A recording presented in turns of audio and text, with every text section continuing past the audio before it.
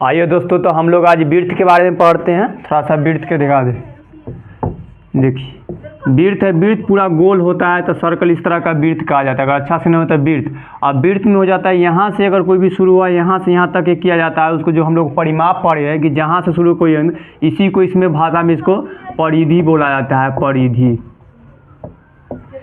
तो ये परिधि हो गया। और यहाँ से यहाँ तक पूरा बीच से ई पार से यहाँ करेंगे तो यहाँ से यहाँ तक की जो लंबाई हो गया, ये पूरा मतलब कि कोई भी एक अगर कोई मान लीजिए कोई इसी तरह का पूरा तार है और इस तार को गोल करके अगर इस तरह का हम वृत्त बनाएंगे तो ये यहाँ जितना लंबाई हो इसी लंबाई को इसका परिधि बोला जाता है।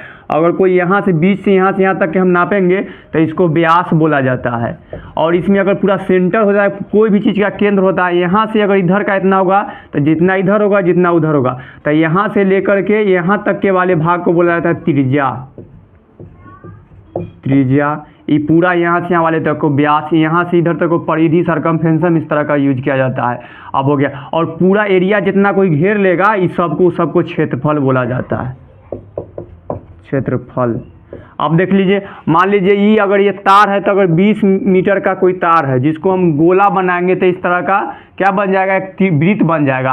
तो अगर बोल देंगे कि इस वृत्त का परिधि कितना होगा तो यह पता चल जाएगा है तब कितना 20 मीटर है, तो बोलेंगे 20 मीटर तार के एक गोलाकार वृत्त बनाना है तो उसका परिधि कितना होगा, तो परिधि भी 20 मीटर ही होगा। अब देखिए 20 मीटर होगा, लेकिन यहाँ से यहाँ तक के निकाला है, इसका त्रिज्या कितना होगा, तो देखिए परिधि बराबर वृत्त के परिधि, वृत्त की परिधि का सूत्र होता है 2 पाई r।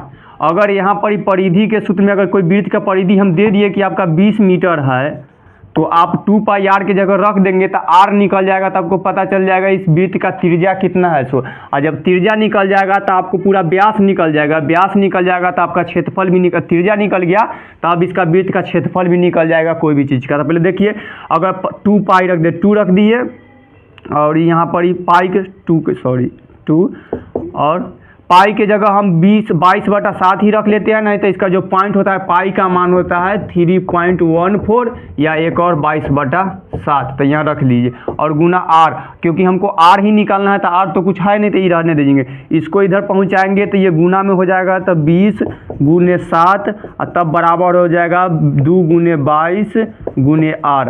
अब इस बराबर इधर से कट सकते हैं, अब जो काट रहा है उसको हम काट ले इससे 10 मरतबे। अब ये हो गया 70, इधर 22 गुने r। अब इधर कर देंगे तो ये हो जाएगा 70 ऊपर और ये 22 जो है से इधर नीचे आ जाएगा, भाग में 22 बराबर r, यानी r का मान इस तरह पूरा काट ही लेते हैं 11 और 35, यानी कि r का मान आ गया 35/11। कोई हम नंबर अच्छा वाला लेते जो 7 से कटने वाला है तो ये अच्छा से आ जाता है, लेकिन परिधि ले लिए कोई भी रखने के लिए तो इतना आ गया, तो हमारा r का मान आ गया 35/11 मीटर। तो यही है त्रिज्या हो गया। त्रिज्या अगर आप देखिए, वृत्त का क्षेत्रफल का सूत्र होता है, वृत्त का क्षेत्रफल का सूत्र होता है पाई r स्क्वायर। वृत्त की परिधि का सूत्र होता है 2 पाई r। तो हमको परिधि दिए हुआ था तो हम रख दिए तो r का मान निकल गया। अगर r का मान दिया हुआ था तो वृत्त के परिधि निकालना होता तो हम निकाल लेते, तो रख का वो भी देख लेते हैं।